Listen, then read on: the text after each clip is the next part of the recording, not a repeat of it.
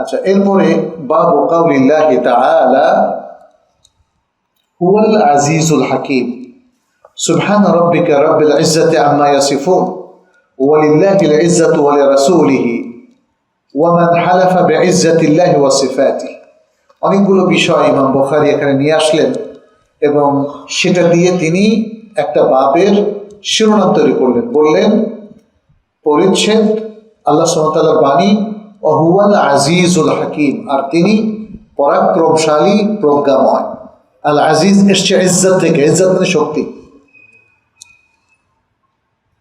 মানে শক্তি এখান থেকে এসছে, শক্তিশালী মানে পরাক্রমশালী। আল আজিজ মানে শক্তিশালী অথবা পরাক্রমশালী। আল হাকিম যার হিকমত রয়েছে, প্রজ্ঞা। আল্লাহর প্রজ্ঞাই তো সবচেয়ে বেশি, বান্দা তো তার মানে আল্লাহর প্রজ্ঞার সাথে বান্দার প্রজ্ঞার কোনো তুলনা হতে পারে না, কিন্তু আল্লাহ তাআলা বান্দাকেও কিছু প্রজ্ঞা দিয়েছেন, সেটা বান্দার জন্য যেটা প্রযোজ্য। বাট আল্লাহর মতো কোনো বান্দা হতে পারে না। অতএব আল্লাহ হচ্ছেন সর্বজ্ঞ এবং সর্বাত্মক প্রজ্ঞাময়। সুবহানা রাব্বিকা রাব্বিল ইজ্জাতি আম্মা ইয়াসিফুন, তোমার রব পবিত্র মহান। সুবহানা রাব্বিকা মানে হলো তোমার রব পবিত্র মহান, যিনি রাব্বিল ইজ্জাতি আম্মা ইয়াসিফুন, তারা যা বলছে তিনি তার থেকে পবিত্র একজন রব। তাহলে ওয়াহুল আজিজুল হাকিম, এটা হলো সূরাত ইব্রাহিমের ৭ নম্বর আয়াত। সুবহানা রাব্বিকা রাব্বিল ইজ্জাতি আম্মা ইয়াসিফুন, এটা হলো সূরাতুস সাফফাতের ১৮০ নম্বর আয়াত। ওয়ালিল্লাহিল ইজ্জাতু ওয়া লিরাসূলিহি, এটা হলো সূরাতুল মুনাফিকুনের ৮ নম্বর আয়াত।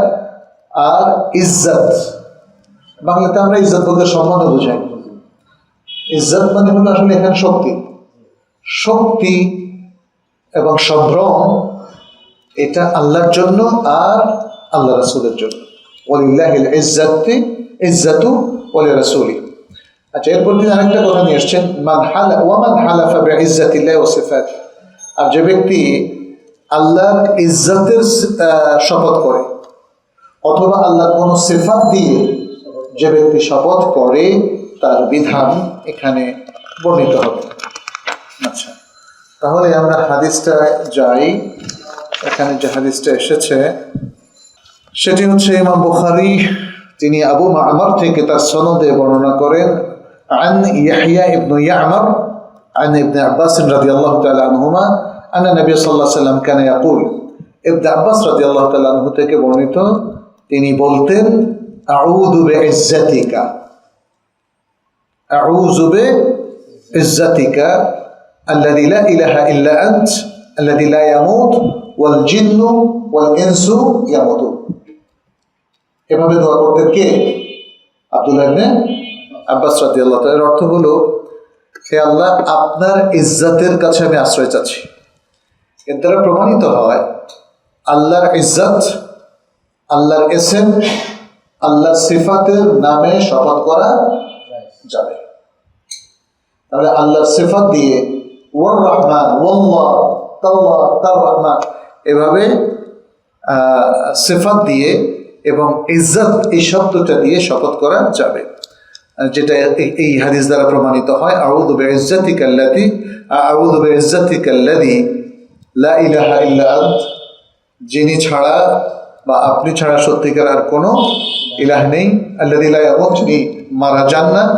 ওয়াল জিন্নু ওয়াল ইনসু ইয়ামুতুন, এবং জিন এবং ইনসান মারা যায়। তাহলে এই হাদিস থেকে আরেকটা প্রমাণিত হলো কি, আল্লাহর ইজ্জত দিয়ে কসম খাওয়া যাবে, আল্লাহর ইসম দিয়ে কসম খাওয়া যাবে, আল্লাহর সিফাত দিয়ে কসম খাওয়া যাবে।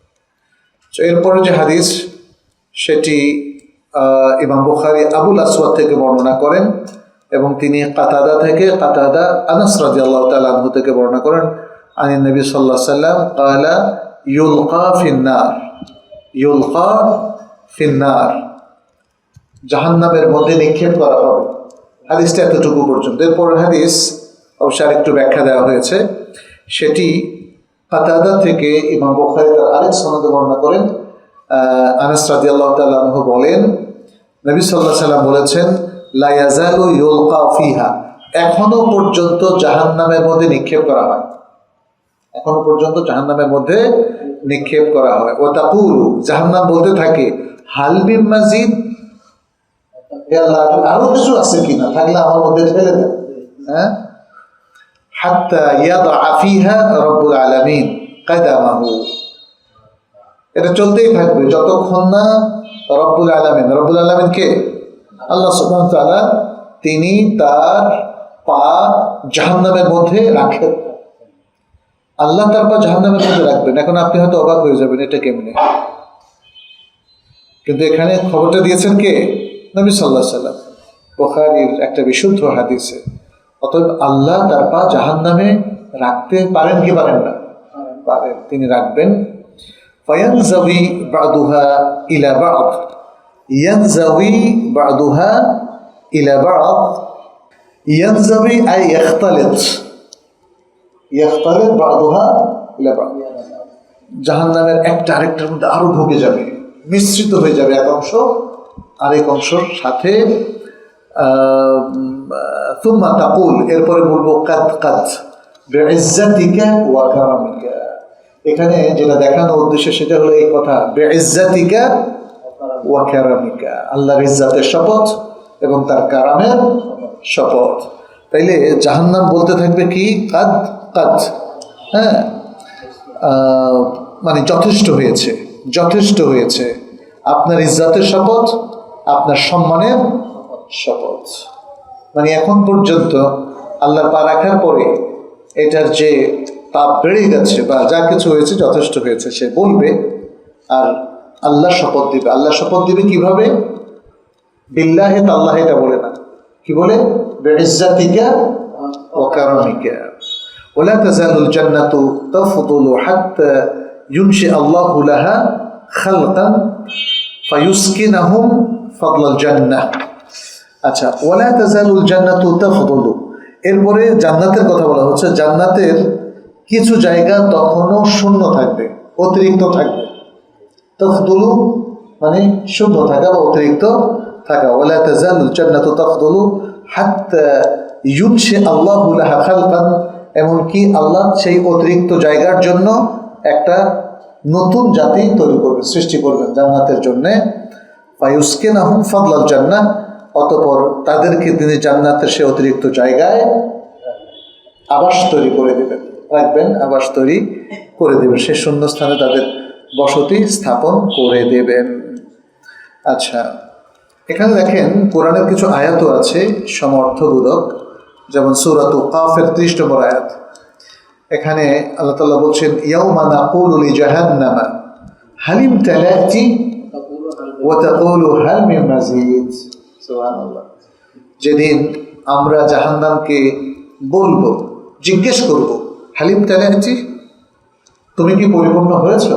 হ্যাঁ, ওয়া তাকুলু হাল মিন মাজিদ, জাহান্নাম বলবে না এখনো হই নাই, আরো কিছু আছে কিনা, আর কিছু মানুষ টানুষ আছে কিনা যেগুলো নাফরমান, যেগুলো কুফরি শিরকের মধ্যে লিপ্ত, যেগুলো পৌত্তলিকতা করে বেড়াচ্ছে, হ্যাঁ, এই ধরনের মানুষ আছে কিনা। আচ্ছা, এখানে ইবনে কাসির বলেন, ইউখবিরুল্লাহু তাআলা আন্নাহু ইয়াকুলু লিজাহান্নাম, আল্লাহ তাআলা এখানে অবহিত করছেন, তিনি জাহান্নামকে বলবেন, হালিম তালাতি, জাহান্নাম তুমি কি পরিপূর্ণ হয়েছো? ওয়াযালিকা আন্নাহু ওয়া'দাহা আন্নাহু আনসা ইমলিউহা মিনাল জান্নাতি ওয়ান নাসি আজমাইন, মিনাল জিন্নাতি, সরি মিনাল, আচ্ছা আচ্ছা, মিনাল জিন্নাতি ওয়ান নাসি আজমাইন। আচ্ছা, এখানে আল্লাহ তাআলা একটা ওয়াদা করেছেন জাহান্নামকে। কি ওয়াদা করেছেন? যে তিনি জিন এবং ইনসান দিয়ে জাহান্নামকে পরিবর্তন পূর্ণ করবেন, পূর্ণ করে দিবেন। তো জাহান্নামে তো জিন ইনসান ছাড়া আরো জিনিস আছে, পাথরও আছে কিন্তু, হ্যাঁ, ওই যে যেটা ওয়াকুদুহান নাসু ওয়াল হিজারা, মানুষ এবং পাথর হলো জাহান্নামের লাকড়ি। পাথর কেন দেওয়া হয় জানেন? পাথর দিলে গরম আরও বেড়ে যায়, তপ্ত হয়ে গরম আরও বেড়ে যায়। যাই হোক, তো এখানে দেখা যাচ্ছে যে আল্লাহ তাআলা ওয়াদা করেছেন জাহান্নামের কাছে যে তোমাকে পরিপূর্ণ করে দেব। কি দিয়ে? জিন ইনসান দিয়ে। যেমন নাফরমান জিন, নাফরমান ইনসান। আচ্ছা, এখনো মানুষ দেখেন ফান করে, বলে যে দেখেন আল্লাহ তো বলছে জিন দিয়ে ইনসান দিয়ে পূর্ণ করে দিতে, তাহলে আমার কি দোষ? তাহলে তোমার জাহান্নামে যাইতে কি মন চায় না? আল্লাহর দোষ নিয়ে এখনো বসে আছো, নিজের কোনো দোষ নেই, আমার কি দোষ? হ্যাঁ, আল্লাহ জাহান্নামকে ওয়াদা দিয়েছে মানুষ দিয়ে ভরে দিবে, তো দোষ তো সব কার? মানে তারা বলতে চায়। ইয়া সালাম, ইয়া সালাম। প্রিয় ভাইরা, আমাদের জাহান্নাম থেকে বাঁচার সুযোগ আল্লাহ করে দিয়েছেন কিনা? পথ বাতলে দিয়েছেন কিনা? দিয়েছেন। কিন্তু দেখেন আজকের বিশ্বে অধিকাংশ মানুষ কি বিপদগামী না? অধিকাংশ মানুষ কি বিভ্রান্ত না? তাহলে আল্লাহ যে জাহান্নামকে ওয়াদা দিয়েছেন, সে ওয়াদা তো তিনি পূরণ করবেন। এই বিপদগামী মানুষ যেগুলো ইমানের বাইরে, এখানে জাহান্নামে আল্লাহ কাদেরকে দিবেন? যারা ইমানের বাইরে, তারা স্থায়ীভাবে জাহান্নামে থাকবে। তবে আহলে সুন্নাত ওয়াল জামাতের আকীদা অনুযায়ী ইমানের মধ্যে অবস্থানকারীও একদল লোক সাময়িকভাবে জাহান্নামে থাকবে, সাময়িকভাবে জাহান্নামে যাবে। জি, তো তিনি বলছেন ফাহুয়া সুবহানাহু ইয়া'মুরু বিমা ইয়া'মুরু বিহি ইলাইহা ওয়া ইউলকা ফিহা ওয়া হিয়া তাকুল হাল মিন মাজিদ। সুতরাং আল্লাহ সুবহানাহু ওয়া তাআলা তিনি নির্দেশনা প্রদান করছেন তাদেরকে, এবং তিনি মানে জাহান্নামে কথা তখন বলবে যখন আল্লাহ তাআলা প্রচুর পরিমাণে মানুষ এবং জিন, নাফরমান জিনকে সেখানে নিক্ষেপ করবেন। সে আরো বলতে থাকবে হাল মিন মাজিদ, হাল মিন মাজিদ, যতক্ষণ না পরিপূর্ণ হয়।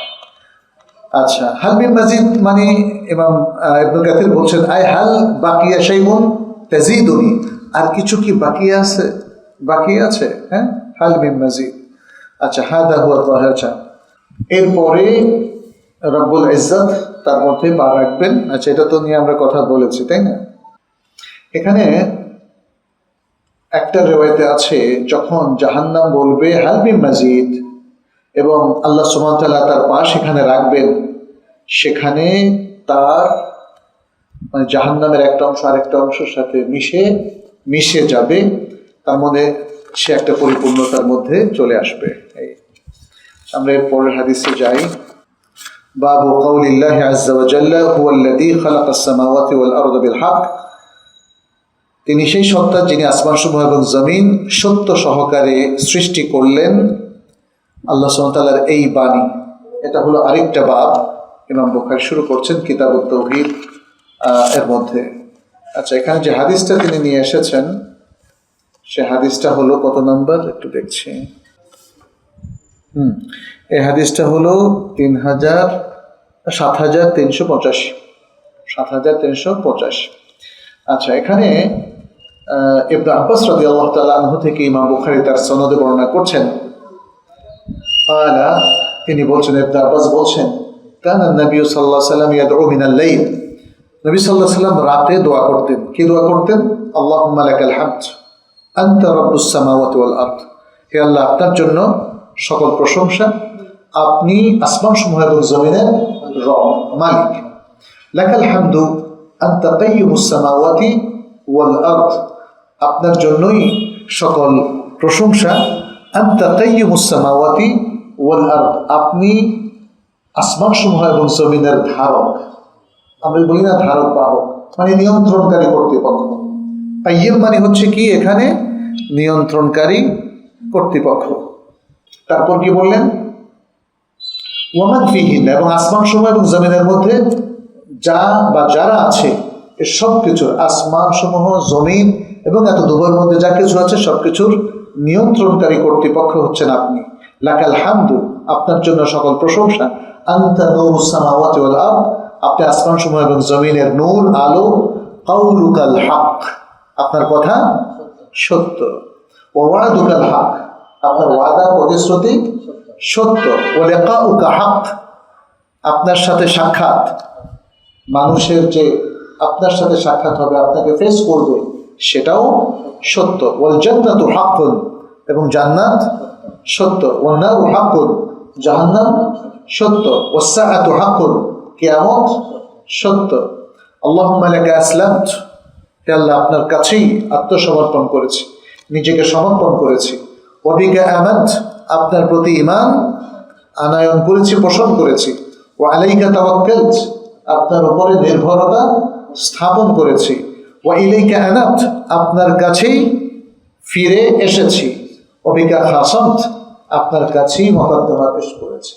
হ্যাঁ, ওয়া ইলাইকা হাকামতু, আপনার কাছেই বিচার প্রার্থী হয়েছি। ফাগফিরলি, মানে আর কারো কাছে হইনি, আপনার কাছে সবকিছু। ফাগফিরলি, অতএব আমাকে ক্ষমা করুন। মা কাদ্দামতু, যা আমি আগে করেছি। ওয়া মা আখারতু, যা আমি পরে করেছি। আমার পূর্বাপর সকল কাজ বা সকল ক্ষেত্রে আমার যে ভুল ত্রুটিগুলো হয়েছে সেগুলো আপনি ক্ষমা করে দিন। ওয়া মা আসরারতু ওয়া আলান, যা আমি গোপনে করেছি, যা আমি প্রকাশ্যে করেছি। আনতা ইলাহি, আপনি আমার ইলাহ, মাবুদ। লা ইলাহা লি গায়রুক, এখানে একটু ভিন্ন।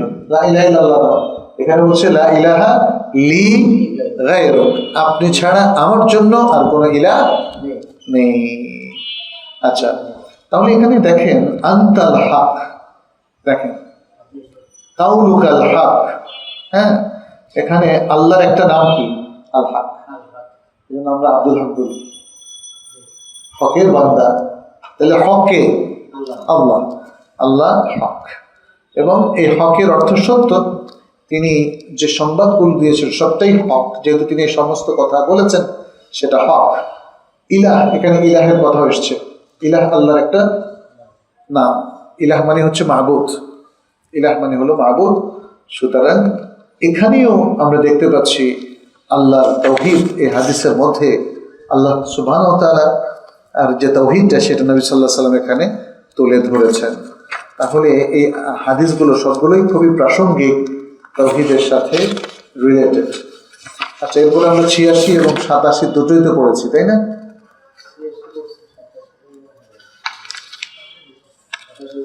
দুটো পড়েছিলাম এর আগে। লা হাওলা ওয়ালা কুওয়াতা, এটা পড়েছি না? এটা পড়েছি। এবং তারপরে আরো একটা হাদিস, হ্যাঁ, এরপরের যে হাদিসটা সেটা হলো ওই যে আল্লাহুম্মা ইন্নী যালামতু নাফসি যুলমান কাসীরা ওয়া লা ইয়াগফিরু যুনুবা ইল্লা আনতা ফাগফিরলি মিন ইনদিকা মাগফিরাতান ইন্নাকা আনতাল গাফুরুর রহিম। এটা আমরা শেষ করেছি। আচ্ছা, আর দুটো হাদিস বলে আমরা শেষ করি। এটা হলো ৮৮ নম্বর হাদিস, ৭৩৮৮। এই হাদিসটা ইমাম বুখারী তার সনদে আয়েশা রাদিয়াল্লাহু তাআলা আনহা থেকে বর্ণনা করেছেন। হ্যাঁ, কি আন ইবনে শিহাব হাদাথানি, কি লেখছে, أن عائشة حدثني عروة أن عائشة رضي الله تعالى عنها حدثته।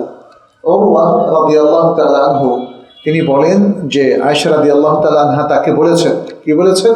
قال النبي صلى الله عليه وسلم إن جبريل عليه السلام ناداني, জিবরাইল আলাইহিস সালাম আমাকে ডেকেছেন। আয়েশা রাদিয়াল্লাহু তাআলা আনহা বললেন, নবী সাল্লাল্লাহু আলাইহি ওয়াসাল্লাম তাকে বললেন, কাকে বললেন? আয়েশা রাদিয়াল্লাহু তাআলা আনহাকে বললেন জিবরাইল আলাইহিস সালাম আমাকে ডেকেছেন। ক্বালা, ডেকে কি বললেন? ইন্নাল্লাহা কাদ সামিআ কাওলা কওমিক, নিশ্চয় আল্লাহ তোমার জাতির লোকদের কথা শুনেছেন। ওমা রাদ্দু আলাইক, ওমা রাদ্দু আলাইক। আচ্ছা, এই হাদিসটা কি নিয়ে বলেছে? আচ্ছা, এই হাদিসটা আল্লাহর আরেকটা সিফাত উল্লেখ করছে যে আল্লাহ বান্দার কথা শোনেন, আল্লাহ বান্দার কথা শোনেন। তাহলে এই যে আমরা আল্লাহর কাছে দোয়া করি, আল্লাহ শোনেন কিনা? শোনেন। আল্লাহ শোনেন এবং তিনি চাইলে আমাদেরকে সাথে সাথে প্রতিদান দেবেন। যেটা চেয়েছে সেটা দিয়ে দিতে পারেন, অথবা সেটার বদলে অন্য কিছু দিতে পারেন, অথবা কিছুই না দিয়ে সওয়াবটা তিনি আখিরাতের জন্য রিজার্ভ রাখতে পারেন। তাহলে এখানে যেটা বলল,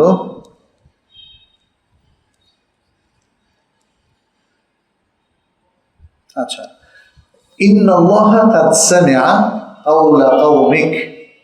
আচ্ছা, আপনার কওম আপনার ব্যাপারে মানে যা যা বলেছে সবকিছুই তিনি শুনেছেন। কে শুনেছেন? আল্লাহ।